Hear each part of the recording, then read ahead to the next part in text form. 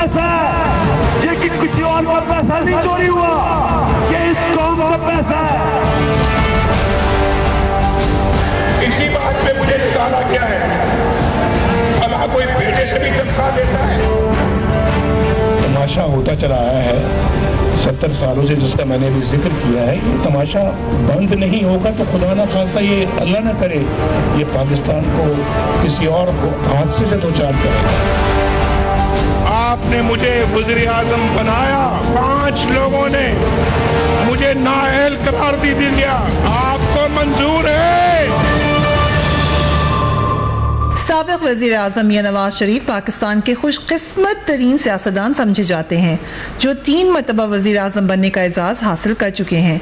मगर वो पाकिस्तान के बदकिस्मत सियासतदान भी समझे जाते हैं, जो तीनों बार ही अपनी मुद्दत पूरी नहीं कर सके और बरतरफ करके घर भेज दिए गए। महाजराई नवाज शरीफ की सियासत की बुनियाद दिखाई देती है। अपोजिशन लीडर बेनज़ीर भुट्टो हों या सदर इसहाक खान और सदर फारूक लगारी, जनरल जहांगीर करामत या जनरल परवेज मुशर्रफ हों या चीफ जस्टिस सज्जाद अली शाह, नवाज शरीफ सब के साथ महाजराई में उलझते रहे। कभी कामयाबी हुई और कभी घर जाना पड़ा, मगर नवाज शरीफ पीछे नहीं हटे। मेरा ख्याल है कि नवाज शरीफ महाजराई कर नहीं पाए।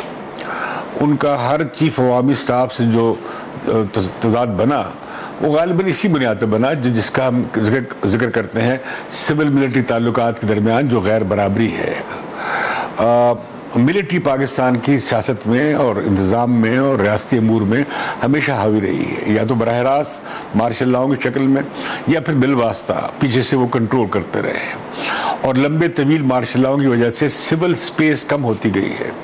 जब वो बहाल हुई है और मुंतखब वज़ीर आज़म ने अपने मैंडेट के हिसाब से अपने पाँव फैलाने की कोशिश की, तो उनका झगड़ा होता रहा है मिलिट्री लीडरशिप के साथ। और ये हम देख चुके हैं।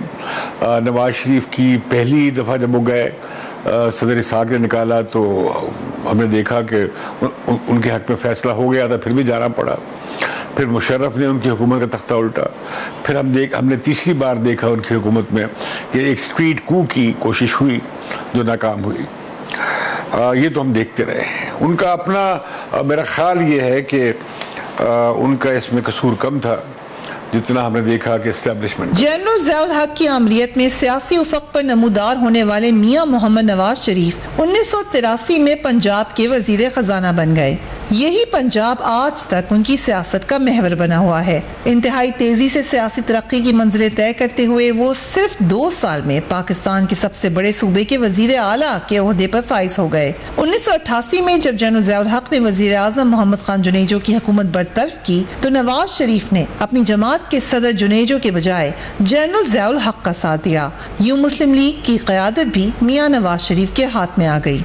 नवाज शरीफ साहब जो है न सिर्फ ये कि बेनज़ीर भुट्टो साहबा की 2 हुकूमतों के ख़ात्मे में शामिल थे, बल्कि जो जनरल ज़ियाउल हक ने मोहम्मद खान जुनेजो की हुकूमत जब बरतरफ की थी, तो उस वक्त नवाज शरीफ साहब उस मुस्लिम लीग का हिस्सा थे जो कि जुनेजो साहब ने बनाई थी 1985 की गैर जमाती असम्बली में। और जब जनरल ज़ियाउल हक ने जुनेजो की हुकूमत को बरतरफ किया, तो जो नवाज शरीफ साहब हैं, उन्होंने जनरल ज़ियाउल हक के उस आमराना इक़दाम की हमायत की। उसके बाद न सिर्फ ये कि जब 1990 में सदर गुलाम इसहाक़ खान ने मोहतरमा बेनज़ीर भुट्टो की हुकूमत को बरतरफ किया, तो उसमें भी जो नवाज शरीफ साहब हैं वो उस हुकूमत का हिस्सा बन गए और केयर टेकर हुकूमत का हिस्सा बन गए।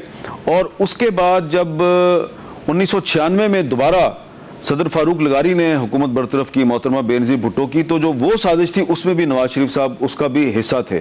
तो नवाज शरीफ साहब जो हैं वो अक्सर ये कहते हैं कि पाकिस्तान में किसी भी वज़ीर आज़म ने अपनी मुद्दत पूरी नहीं की, तो कम अज़ कम जो 3 वज़ीर आज़म थे, मोहम्मद खान जुनेजो और बेनज़ीर भुट्टो 2 मरतबा, उनकी हुकूमत ने अगर मुद्दत पूरी नहीं की तो उसमें नवाज शरीफ साहब का भी किरदार था। नवाज शरीफ साहब जिन साजिशों की तरफ इशारा करते हैं, अगर वो ख़ुद वाज़े तौर पे ये बात करें तो समझ में आएगी, लेकिन अभी तक कोई ऐसे, लेकिन पिछले जो 2 अदवार हैं उसमें वाज़े तौर पे एक उस वक्त की इस्टेब्लिशमेंट का हाथ नज़र आता है। और नवाज शरीफ साहब को लाने में भी उस वक्त की इस्टेब्लिशमेंट का हाथ रहा है और नवाज शरीफ को हटाने में भी उस वक्त की इस्टेब्लिशमेंट का हाथ रहा है। इससे पहले ये जानना बहुत ज़रूरी है कि नवाज शरीफ साहब जो सियासत में आए हैं वो पॉलिटिक्स बाय चॉइस नहीं आए थे। उनकी पूरी फैमिली, मियाँ शरीफ जो थे उनको उस वक्त के जो गवर्नर थे जनरल जिलानी साहब, जनरल ज़िया-उल हक के कहने पर सिर्फ इस वजह से उन्हें पंजाब में एक ऐसा फेस चाहिए था जो कारोबारी लोग हों, जो पाकिस्तान पीपल्स पार्टी को उस वक्त जुल्फ़िकार अली भुट्टो की पीपल्स पार्टी को काउंटर कर सकें। तो उसके लिए उन्होंने इस फैमिली का इंतखाब किया जिसका कभी कतई तौर पे ताल्लुक़ नहीं था। और ख़ुद उनके आज जो नवाज़ शरीफ साहब के बहुत ही करीबी साथी हैं वो ये बात कहते हैं कि उस वक्त ये कहा गया था कि भुट्टो साहब ने क्योंकि आपकी फैक्ट्रीज़ को नेशनलाइज कर लिया था, लेकिन चूंकि आपके पास कोई सियासी क़ुव्वत नहीं थी तो आप उसका मुकाबला नहीं कर सके, तो आप अपने कारोबार के तहफ़्फ़ुज़ के लिए सियासत में आएँ और यही सूरत हाल हमें आगे चल के लगती है। तो पिछले जो 2 अदवार हैं उसमें तो इस्टेब्लिशमेंट का किरदार नज़र आता है, लेकिन इस वक्त जो सूरत हाल है वो ज़रा बहुत मुख्तलिफ नज़र आती है। 1988 के इंतखाबात में बेनज़ीर भुट्टो के खिलाफ दाएं बाजू की सियासी जमातों ने IJI के नाम से इंतखाबी इत्तेहाद बनाया। नवाज शरीफ इस इत्तेहाद के रूहे रवां थे, मगर इंतखाबात में पीपल्स पार्टी को कामयाबी हासिल हुई और बेनज़ीर भुट्टो इस्लामी दुनिया की पहली खातून वज़ीर आज़म बन गईं।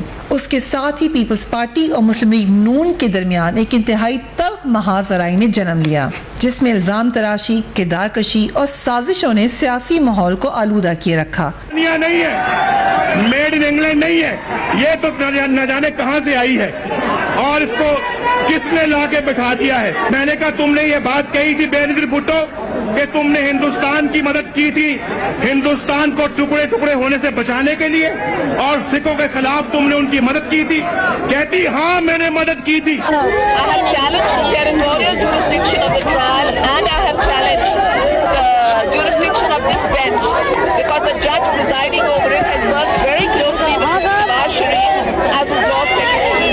सिर्फ 2 साल बाद अगस्त 1990 में सदर इसहाक खान ने करप्शन के इल्जामात पर बेनज़ीर भुट्टो की हुकूमत बरतरफ कर दी। देखिए, जो 1988 में बेनज़ीर भुट्टो साहिबा की हुकूमत आई थी, उससे पहले जब इलेक्शंस हो रहे थे तो बाकायदा इस्लामी जमहूरी इत्तेहाद के नाम से एक इत्तेहाद बनाया गया था नवाज़ शरीफ साहब की सरबराही में। और अब ये बात जो है ये बिल्कुल आम हो गई है, इस पर एतराफ़ भी किया गया है। उस वक्त के जो ISI के सरबराह थे लेफ्टिनेंट जनरल हमीद गुल मरहूम, उन्होंने ये एतराफ़ किया था, और उस वक्त के आर्मी चीफ असलम बेग साहब ने भी ये कहा था कि IJI बनाना ज़रूरी थी। तो ये बात तो इस्टेब्लिश्ड है कि उस वक्त की जो इस्टेब्लिशमेंट है उसने IJI बनाई बेनज़ीर भुट्टो की हुकूमत को, जिनसे उन्हें ख़तरा था। और मैंने ख़ुद एक मरतबा हमीद गुल साहब से जब इंटरव्यू किया था उन्होंने ये बात की थी कि जी हमें ख़दशा था कि बेनज़ीर भुट्टो जो है इक़्तिदार में आके कहीं अपने वालिद का बदला ना लें कुछ फ़ौजी जनरल्स के साथ। लेकिन बाद में उन्होंने कहा कि बाद में हमारी ये थिंकिंग जो है ये गलत साबित हुई। लेकिन उस वक्त उन्होंने बेनज़ीर भुट्टो की हुकूमत को और बेनज़ीर भुट्टो की को कमज़ोर करने के लिए IJI बनाई और इंतखाबात को इस तरह मैनेज किया गया कि बेनज़ीर भुट्टो की पंजाब में अक्सरियत नहीं आ सकी। तो जो बेनज़ीर भुट्टो की गवर्नमेंट लाई गई वो उसमें इस्टेब्लिशमेंट ने जो है नवाज़ शरीफ साहब को मजबूत किया। और फिर उसके बाद जो उनके 18 महीने रहे बेनज़ीर भुट्टो के, उसके दौरान एक मरतबा तहरीक अदम एतमाद आई उनके ख़िलाफ़, उसको नाकाम बनाया गया। और फिर 1990 में जिस तरह हुकूमत ख़त्म की गई वो उससे हमें अंदाज़ा होता है कि उस वक्त इस्टेब्लिशमेंट के ज़रिए उन्होंने नवाज़ शरीफ को आगे किया, लेकिन इस्टेब्लिशमेंट ने बेनज़ीर भुट्टो की गवर्नमेंट का ख़ात्मा किया।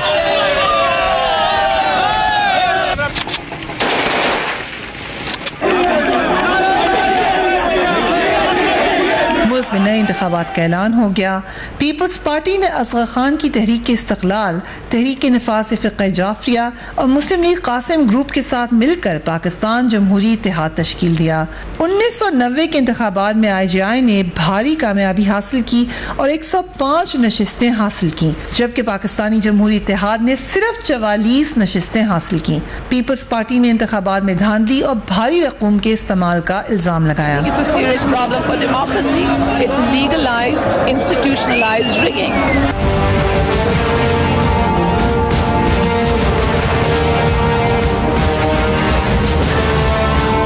1996 में असगर खान ने सुप्रीम कोर्ट में एक मुकदमा दायर किया, जिसमें उन्होंने इल्जाम लगाया कि 1990 के इंतखाबात में PTA को हराने के लिए ISI ने सियासतदानों को भारी रकम बतौर रिश्वत दी। 2012 में सुप्रीम कोर्ट ने इस केस का फैसला सुनाया और 1990 के इंतखाबात को गैर मुनसिफाना और बदउनवानी पर मबनी करार दिया।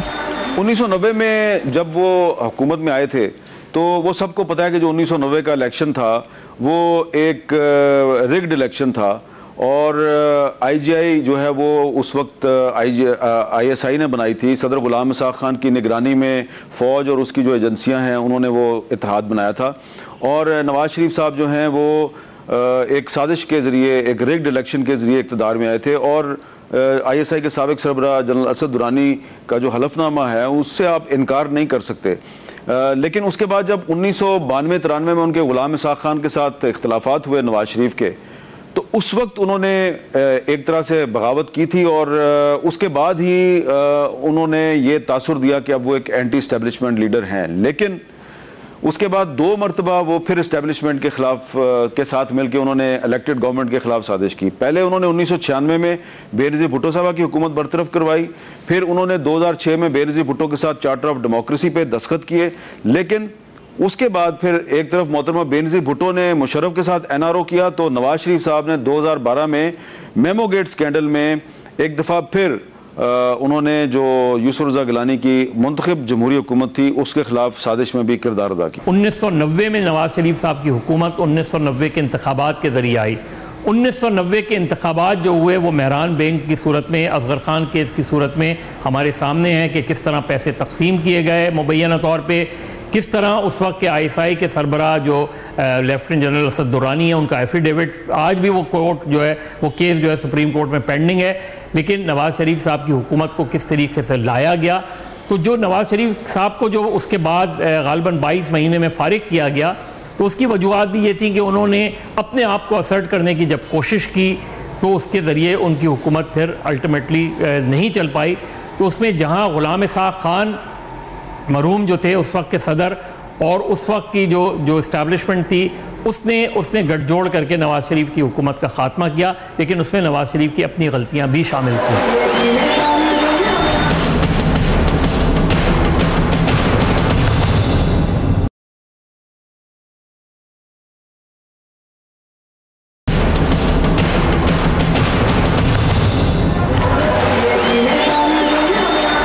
के इंतखाबात के नतीजे में मियां नवाज शरीफ पहली बार पाकिस्तान के वजीर आजम तो बन गए, मगर 1 साल के अंदर अंदर ही उनके सदर गुलाम इसहाक खान से इख्तलाफात पैदा होने लगे। 1993 में सदर गुलाम इसहाक खान ने आइन की दफा 58(2)B का इस्तेमाल करते हुए करप्शन और बदउनवानी के इल्जामात के तहत मियां नवाज शरीफ की हुकूमत को बरतरफ कर दिया और असेंबलियां तोड़ दी। इक़्तिदार के हवस में मुल्क के बेहतरीन मफादात को दाव पर लगाने वाले मोहलत और वार्निंग मिलने के बावजूद तबाकुन रविश से हटने पर तैयार न हुआ। उनकी हटदर्मी, जिद और आकिबतना अंदेशी का कुछ अंदाजा आपको साबिक वजीर आजम की कल की तकरीर से हो गया होगा। पीपल्स पार्टी को हमेशा अदलिया से यही गिला रहा है कि अदालतें उनके खिलाफ सख्त फैसले सुनाती रही हैं, जबकि मियां नवाज शरीफ के खिलाफ अदलिया का रवैया हमेशा नरम रहा है। सुप्रीम कोर्ट ने 1988 में सदर जनरल ज़ियाउल हक के हाथों जुनेजो हुकूमत और फिर 1990 में सदर गुलाम इसहाक खान के हाथों बेनज़ीर हुकूमत की पहली बरतरफी को तो गैर आईनी करार नहीं दिया, मगर नवाज शरीफ हुकूमत की बरतरफी को गैर आईनी करार देते हुए मई 1993 में उसकी बहाली का हुक्म जारी कर दिया। नवाज शरीफ बहाल तो हो गए, मगर सदर इसहाक खान ने उनके किए हुए फैसलों को मानने से इनकार कर दिया। इसके नतीजे में एक बहरान पैदा हो गया। चुनांचे army chief general Abdul Waheed Kakar के दबाव पर वजीर आजम नवाज शरीफ और सदर गुलाम इसहाक खान दोनों को घर जाना पड़ा। देखिए, नवाज शरीफ साहब जो हैं उनके बारे में ये तासुर आम है कि वो पहले कुछ इदारों को, कुछ अफराद को इक़्तिदार में आने के लिए इस्तेमाल करते हैं और जब वो इक़्तिदार में आ जाते हैं तो फिर वो उनकी बात नहीं सुनते। तो ये तर्ज़ अमल हमने 1990 में देखा कि गुलाम इसहाक खान और फ़ौज और उसकी एजेंसियां जो हैं वो नवाज शरीफ साहब को इक़्तिदार में लेके आई। इक़्तिदार में आने के बाद उन्होंने उनकी बात सुनने से इनकार कर दिया। तो ज़ाहिर बात है कि जब आप अपने क्रिएटर की बात सुनने से इनकार करेंगे, जिसने आपको क्रिएट किया है, तो फिर वो आपके खिलाफ कार्रवाई तो करेगा। तो ये एक दफ़ा हुआ, फिर दूसरी दफ़ा हुआ नवाज शरीफ साहब के खिलाफ, बार बार होता रहा, तो इसमें कोई शक नहीं। 1993 में फिर इंतखाबात हुए। इस बार बेनज़ीर भुट्टो ने अपनी जमात के एक सीनियर रहनुमा फारूक लगारी को सदर बनवाया ताकि 58(2)B के असरात से महफूज रह सकें। मगर 1996 में पीपल्स पार्टी की हुकूमत को दूसरी बार भी करप्शन के इल्जामात में उनके अपने ही सदर ने बरतरफ करके असेंबलियां तोड़ दी। हम ये जानते हैं कि पाकिस्तान में हर वजीर आजम का इस्टेब्लिशमेंट के साथ तजाद रहा है। वजीर आजम जो कि मुल्क का चीफ एग्जीक्यूटिव होता है, वो चाहता है कि वो पॉलिसी साजी करे और फैसले करे, लेकिन जो हमारी इस्टेब्लिशमेंट है जिसमें सिविल भी है और जिसमें मिलिट्री भी है, वो उनका अपना एजेंडास हैं और वो अपने तौर पे सोचते हैं, लिहाजा इस वजह से तसादम बनता है, क्लैश बनता है। यकीनन ये बात दुरुस्त है कि नवाज शरीफ मिले खुद पैदावार थे मार्शल लॉ की, ज़ियाउल हक की, और फिर वो बेनज़ीर को रोकने के लिए उन्हें मैदान में लाया गया और पंजाब में इलेक्शन रिग करके नवाज शरीफ को चीफ मिनिस्टर बनाया गया, वरना वो इलेक्शन जो था 1988 का, उसमें कोई सवाल नहीं बनता था कि बेनज़ीर हार जाती। इस तरह उनकी दूसरी हुकूमत के ख़िलाफ़ भी इन्होंने ये किया, और ये जो दोनों सियासतदानों के दरमियान जो कन्फ्लिक्ट आया, इसका बाहर क्या फ़ायदा इस्टेब्लिशमेंट को हुआ और इनकी हुकूमतें वक्त पूरा किए बगैर टूटती रही। फरवरी 1997 में फिर इंतखाबात हुए। मुस्लिम लीग ने कौमी असम्बली में 135 नशिस्तें हासिल की, जबकि पीपल्स पार्टी सिर्फ 18 नशिस्तें हासिल कर पाई। मियां नवाज शरीफ दूसरी बार भारी अक्सरियत से वजीर आजम बन गए। मियां नवाज शरीफ ने 2/3 अक्सरियत से इंतखाबात में कामयाबी हासिल करके दूसरी दफा वजारत उज़्मा संभाली तो लगता था कि इस बार उन्हें कोई खतरा नहीं, लेकिन इस बार भी वजीर आजम नवाज शरीफ ने कई महाज खोल लिए। खुसूसी अदालतों के क़याम पर उस वक्त के चीफ जस्टिस सज्जाद अली शाह से इख्तलाफात का आगाज हुआ। 1997 में जब सुप्रीम कोर्ट ने वजीर आजम नवाज शरीफ के खिलाफ तौहीन अदालत के मुकदमे की समाअत शुरू की तो मुस्लिम लीग के कारकुनान ने अदालत पर हमला कर दिया। सुप्रीम कोर्ट के मुअज़्ज़ज़ जजों ने अदालत से भाग कर अपनी जान बचाई। One gentleman entered and he said that the court premises were raided and there are thousands of people coming inside.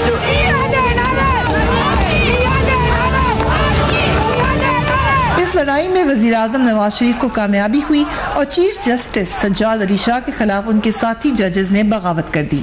मगर उसके साथ ही कारगिल के मामले पर army chief general Pervez Musharraf से इख्तलाफात शुरू हो गए। अक्टूबर 1999 में जनरल परवेज मुशर्रफ ने उनका तख्ता उलट दिया। तो नवाज शरीफ साहब की जब महाज़ाराई वाली हम बात करते हैं तो बेनज़ीर भुट्टो के मुकाबले में नवाज शरीफ साहब ने कोशिश ये की कि आर्मी के साथ उनके ख़ास तौर पे उन्होंने अपने पसंद के आर्मी चीफ को लाने की कोशिश की, और हमने देखा कि 92 में जो उनके जितने भी आर्मी चीफ्स गुजरे हैं उनके साथ उनके ताल्लुकात तल्ख़ ही रहे हैं, इंक्लूडिंग वो आर्मी चीफ्स भी जो वो ख़ुद लेकर आए थे। तो मेरा ख्याल है नवाज शरीफ साहब महाज़ाराई तो नहीं, लेकिन वो ये समझते हैं कि चूँकि वो पंजाब से बिलोंग करते हैं और पंजाब में उनकी मेजॉरिटी है, तो शायद वो अपने आप को ज़्यादा असर्ट कर पाएंगे, लेकिन वो उसमें हर मर्तबा नाकाम हो जाते हैं। जो बुनियादी चीज़ें वो नहीं करते, जो गुड गवर्नेंस की भी कुछ मिसालें कायम करते, कुछ अच्छी इकोनॉमिक पॉलिसीज़ को आगे लेके बढ़ते, और उसके बाद अगर वो असर्ट करते तो वो उनकी सबसे बड़ी प्रॉब्लम ये है कि वो बहुत से काम बहुत जल्दी में करना चाहते हैं और जिसकी बिना पे जो बुनियादी काम है वो भी नहीं कर पाते। हुकूमत संभालने के बाद परवेज मुशर्रफ ने नवाज शरीफ के खिलाफ बदनवानी और तैयारा हाई जैकिंग के मुख्तलिफ मुकदमात दर्ज कराए।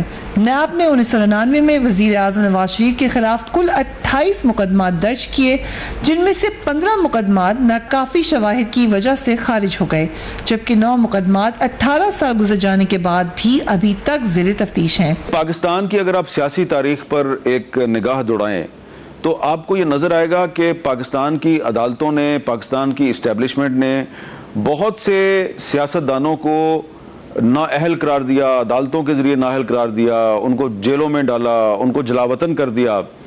ये सिलसिला कोई अभी से शुरू नहीं हुआ, ये तो सिलसिला जो है ये लियाकत अली खान के ज़माने से चल रहा है। 1949 में वो प्रोडा का कानून लेके आए थे, फिर अयूब खान जो है वो एब्डो का कानून लेके आए, फिर जनरल ज़ियाउल हक ने भी बहुत से सियासतदान जो उनको नाअहल करार दिया, फिर खुद नवाज शरीफ साहब के दौर में ये अकाउंटेबिलिटी के नाम पे सियासी इंतकाम का निशाना बनाया गया।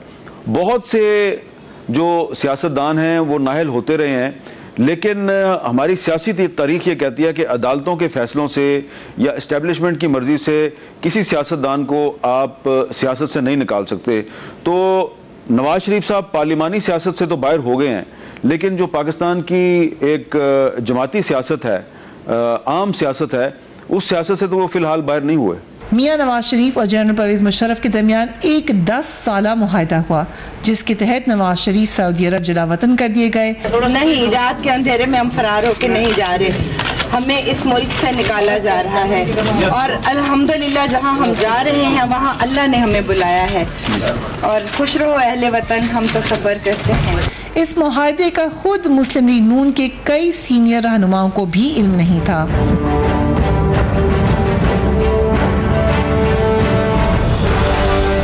बेनजीर भुट्टो पहले ही खुद साख्ता जलावतनी काट रही थी। अब जनरल परवेज मुशर्रफ का रास्ता साफ हो चुका था। उन्होंने मियां नवाज शरीफ के करीबी साथियों और पीपल्स पार्टी के पेट्रियट्स की मदद से 2002 में एक नीम जमहूरी हुकूमत कायम की।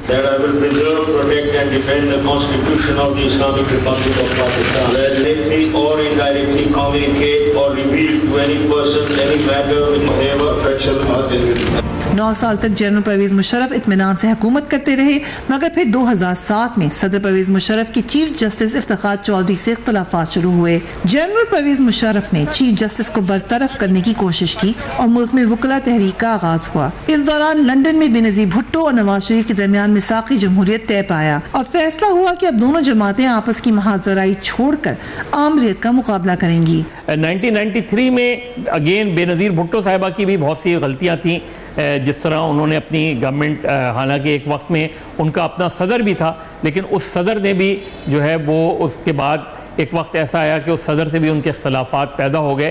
लेकिन नवाज शरीफ साहब कहीं ना कहीं उसमें उनका इन्वॉल्वमेंट नज़र आता है, जिस तरह बेनजीर भुट्टो का एक दूसरे के ख़िलाफ़ वो उन साजिशों का हिस्सा रहे बदकिस्मती से, और इसी वजह से 2006 में जब इन्होंने मीसाक़े जमहूरियत पर दस्तखत किए तो दोनों ने ये एतराफ़ किया कि जो 90 की सियासत थी उसमें हम दोनों को इस्टेब्लिशमेंट ने इस्तेमाल किया, और ये बड़ी बात थी कि दोनों ने ये एतराफ़ किया और उसकी बिना पे मीसाक़े जमहूरियत जो है वो साइन हुआ। आज फिर मीसाक़े जमहूरियत की गुफ्तगू हो रही है, आज फिर एक नए सोशल कॉन्ट्रैक्ट की बात हो रही है।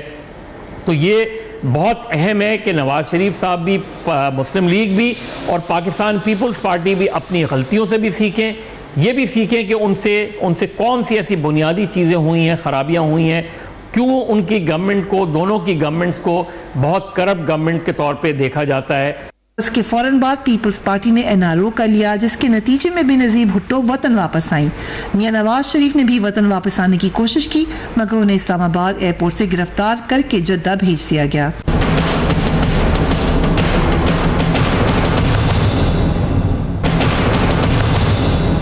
नवाज शरीफ दूसरी कोशिश में पाकिस्तान वापस आ गए।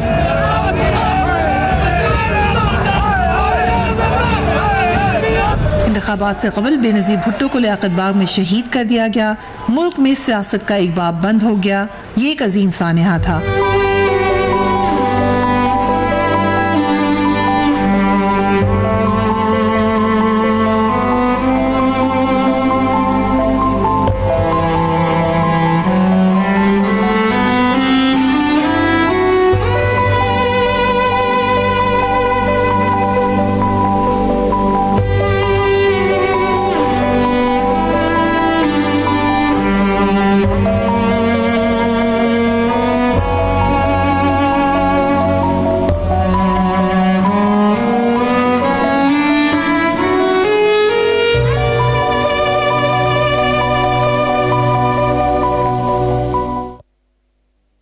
पार्टी 2008 के इंतखाबात में तो कामयाब हो गई, मगर ये 5 साल दौरे हुकूमत पंजाब में पीपल्स पार्टी के जवाल का आगाज था। 2013 के इंतखाबात में पीपल्स पार्टी को बदतरीन शिकस्त हुई। मियां नवाज शरीफ तीसरी बार वजीर आजम बन गए, मगर उन्हें इमरान खान की शक्ल में एक सख्त मुखालिफ का सामना था। इमरान खान ने इंतखाबी नताइज ही मानने से इनकार कर दिया और हुकूमत के खिलाफ एक तहरीक का आगाज कर दिया। हम उन 4 हलकों की फिंगरप्रिंट वेरिफिकेशन करवाना चाहते हैं। फौरी तौर पे 1 साल इंतजार कर चुके। देखिए, 2 मरतबा तो वो इस्टेब्लिशमेंट की मदद से इक़्तिदार में आए थे और दोनों मरतबा उनको इस्टेब्लिशमेंट ने इक़्तिदार से निकाल दिया। तीसरी मरतबा 2013 में वो इक़्तिदार में आए तो हम ये सुन रहे थे कि उन्होंने इस्टेब्लिशमेंट के साथ कुछ कॉम्प्रोमाइज़ किए हैं, क्योंकि 2012 में जो मेमोगेट स्कैंडल था उसमें जब नवाज शरीफ साहब एक इलेक्टेड गवर्नमेंट के खिलाफ सुप्रीम कोर्ट में गए थे तो उनके गवाह कौन थे? आर्मी चीफ जनरल कियानी और DGISI जनरल अहमद शुजा पाशा। तो फिर जब 2013 में वो खुद इक़्तिदार में आ गए और इमरान खान ने उनके खिलाफ धरना वरना दिया, तो फिर नवाज शरीफ साहब ने कहा इस्टेब्लिशमेंट ने मेरे खिलाफ साजिश की है। तो उस वक्त अपोजिशन पार्टीज जो हैं और पार्लियामेंट जो है वो नवाज शरीफ के साथ खड़ी हो गई। जैसे ही नवाज शरीफ जो हैं वो 2014 के धरने से निकले तो उसके बाद उन्होंने पार्लियामेंट को भी इग्नोर करना शुरू कर दिया, अपोजिशन जमातों को भी इग्नोर करना शुरू कर दिया और फिर उन्होंने अपनी मनमानी शुरू की और उसका नतीजा आपके सामने। 2014 का धरना वज़ीर-ए-आज़म नवाज शरीफ के लिए एक सख्त आजमाइश साबित हुआ, मगर वो इस मुश्किल घड़ी से भी कामयाबी से गुजर गए। खुद PMLN के कुछ लीडर्स ये कहते रहे कि धरने के पीछे कुछ और कुव्वतें थी। देखिए, पनामा केस के अंदर तो मुझे कोई साजिश नहीं नजर आती। हाँ, ये अगर नवाज शरीफ साहब के पूरे 4 साल का हम जायजा लें तो हमें पिछले 2-2.5 साल जो हैं उसमें तो ये चीज़ें नज़र आती हैं। एक अंसर नज़र आता है 2014 का, अगर हम धरना देख लें तो उसके दौरान ये इल्ज़ामात लगते रहे कि उस वक्त के जो ISI के जनरल पाशा थे उन्होंने कुछ कोशिश की थी, कुछ मैनूवरिंग करके, बहुत सी ऐसी जो है इत्तलात रही थी उस ज़माने में। यकीनन नवाज शरीफ ये मुसलसल इल्ज़ाम लगा रहे हैं कि उनके खिलाफ साजिश हो रही है। गुज़श्ता 4 साल में इस साजिश का बार बार जिक्र किया गया है और ख़ास तौर पर धरना 1 जब हुआ तो उस वक्त बड़े वाज़ा तौर पे सामने था कि किस तरह एम्पायर की उंगली का इंतज़ार किया जा रहा था और ये लोगों को बताया जा रहा था कि कुछ बस सब फौज साथ है और पता नहीं क्या होने वाला है और नवाज शरीफ का तख्ता हो जाएगा। उसे नाकाम बनाया पार्लियामेंट ने मिलकर, और अगर पार्लियामेंट खड़ी ना होती तो शायद नवाज शरीफ की हुकूमत उस वक्त ख़त्म हो चुकी होती। फिर धरना 2 हुआ और उसके बाद हमने देखा कि केस अदालत में चला गया, तो नवाज शरीफ इसके गिर्द अपनी कहानी बुन रहे हैं। 2016 में पैनामा लीक्स मंजरेआम पर आई और इमरान खान ने वज़ीर-ए-आज़म नवाज शरीफ के खिलाफ फिर एक तहरीक का आगाज कर दिया। नवंबर 2016 में सुप्रीम कोर्ट में पैनामा केस का आगाज हुआ और 28 नवंबर को वज़ीर-ए-आज़म नवाज शरीफ को नाअहल करार देकर फिर घर भेज दिया गया। अब उनके खिलाफ नैब में करप्शन के मुकदमात का आगाज है, जिसकी निगरानी सुप्रीम कोर्ट करेगा। एक बार फिर नवाज शरीफ सड़कों पर हैं। इस बार वो एस्टेब्लिशमेंट के साथ सुप्रीम कोर्ट को भी ललकार रहे हैं। नवाज शरीफ जो लीगेसी छोड़ के जा रहे हैं, उन्होंने मुस्लिम लीग को एक मुतहर्रक और मुनज़्ज़म जमात बना दिया है। दूसरा, वो मुस्लिम लीग में नए ख्यालात भी लाए हैं। मुस्लिम लीग खुद उनकी तरह जैसे उनमें इर्तिका आया है, तब्दीली आई है, मुस्लिम लीग में भी आई है। वो लीगेसी उनकी क्या है कि वो सिविल अथॉरिटी की बालादस्ती के लिए कोशिशें करते करते 3 बार उन्हें इक़्तिदार से निकलना पड़ा। वो कामयाब नहीं हो सके सिविलियन बालादस्ती के क़याम के लिए। इसके लिए तो पूरी सियासी क़ुव्वतों और पूरे जमहूरी क़ुव्वतों और आवाम को मिलकर एक जद्दोजहद करनी होगी कि पाकिस्तान सही मानों में रिपब्लिक या जमहूरिया कैसे बने, क्योंकि असल सवाल तय नहीं हुआ इस मुल्क में कि इक़्तिदार आला का मालिक कौन है। आया आवाम है या गैर मुंतखब लोग, यानी इस्टेब्लिशमेंट, ये भी तय होना है। तो लिहाजा ये वजह कि नवाज शरीफ मैंडेट के एहतराम की बात कर रहे हैं, लेकिन मैं उनसे कहूँगा कि वो ख़ुद भी आवाम के मैंडेट का एहतराम करना सीखें। उन्हें सीखना चाहिए, क्योंकि उन्होंने भी ज़्यादा आवाम के मैंडेट का ज़्यादा एहतराम नहीं किया। पनामा के बाद की जो सूरत हाल है उसमें 100% जो नज़र आता है वो ये कि नवाज शरीफ न सिर्फ ये कि अपने केस का प्रॉपर दिफा कर सके, जो इल्ज़ामात उन पर आयद हुए उन इल्ज़ामात का सही मानों में वो दिफा नहीं कर पाए और गलती पे गलती वो करते चले गए। सबसे पहले उन्हें अपने आप को क्लियर करना था। ये मसला जो पार्लियामेंट के अंदर हल हो सकता था उसको वो ये समझे कि शायद ये मसला सुप्रीम कोर्ट के लेवल पे वो क्लियर हो जाएंगे, विदाउट रियलाइजिंग कि आप चीज़ों को फैलाते चले गए और इतना फैला दिया कि उसके बाद उन्हें समेटना उनके लिए बहुत मुश्किल हो गया। और उन्होंने किसी भी स्टेज पर ना सुप्रीम कोर्ट पे अदम एतमाद का इजहार किया और ना जो जॉइंट इन्वेस्टिगेशन टीम बनी थी जो है JIT, उस पर किसी स्टेज पर अदम एतमाद का इजहार किया। ये सिर्फ जो आवाज़ें उठी ये उस वक्त उठी जब JIT ने हुसैन नवाज की तस्वीर उनके करीबी साथी को, तारिक शफी साहब को कुछ शिकायत हुई कि उनके साथ उस वक्त ये आवाज़ें उठी, लेकिन उसके बावजूद भी उस वक्त भी JIT पे अदम एतमाद का नहीं किया। तो ये जो पूरा उसमें कहीं इस्टेब्लिशमेंट का कोई ऐसा रोल नज़र नहीं आता। अगर बिहाइंड द सीन कोई चीज़ हुई है जिसको नवाज शरीफ साहब साजिश कह रहे हैं, तो वो सिर्फ नवाज शरीफ साहब जानते हैं और उन्हीं को इस बात को बेनकाब करना चाहिए अगर कोई ऐसी बात है। और अगर वो नहीं करेंगे तो नवाज शरीफ साहब खुद आईनी तौर पे, कानूनी तौर पे भी अपना केस जो है वीक करेंगे और ज़्यादा कमज़ोर होंगे। वो ऑलरेडी नाअहल हो चुके हैं और सियासी तौर पे भी उन्हें लॉन्गर टर्म में उनको नुकसान होगा जब नैब रेफरेंसेस खुलेंगे और नैब केसेस जो है उनके ऊपर चलेंगे। नवाज शरीफ अपने पीछे एक लेगेसी छोड़ के जा रहे हैं कि उनकी जो पार्टी है मुस्लिम लीग नून, उसने अपनी माजी की गलतियों से सबक नहीं सीखा और नवाज शरीफ साहब जो हैं वो अब ये कहते हैं कि यूसुफ रज़ा गिलानी की जो नाअहली थी उस पर उनको बहुत अफसोस हुआ और वो भूल गए कि यूसुफ रज़ा गिलानी के ख़िलाफ़ जिन दो पार्टियों ने सुप्रीम कोर्ट में नाअहली की दरख्वास्त दायर की थी, एक पार्टी तहरीक इंसाफ थी और दूसरी मुस्लिम लीग नून थी। तो उनकी लेगेसी ये है कि जब वो हुकूमत में होते हैं तो वो अपने जो पुराने सियासी इत्तेहादी होते हैं या वो लोग जो उनके मोहसिन होते हैं या जिन्होंने उनकी मुश्किल वक्त में मदद की होती है, वो उनको भूल जाते हैं।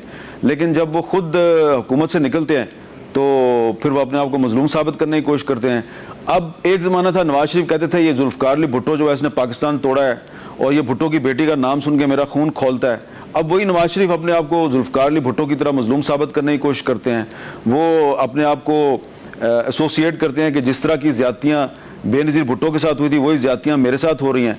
और आप देखिए कि ये तारीख़ का जबर है, ये मुकाफ़ात अमल है कि 1990 में बेनज़ीर भुट्टो साहबा पे 58(2) भी लगी थी तो पीपल्स पार्टी के कारकुनों ने मोहसिन नकवी की नज़म जो है उसका एक जो मिसरा था उसको अपना सियासी नारा बना लिया था, या अल्लाह या रसूल बेनज़ीर बेकसूर। और आज 27 साल के बाद नवाज शरीफ साहब को सुप्रीम कोर्ट ने निकाला है तो उनके कारकुन ये कह रहे हैं या अल्लाह या रसूल नवाज शरीफ बेकसूर। तो नवाज शरीफ जो है वो बेनज़ीर भुट्टो बनने की कोशिश कर रहे हैं।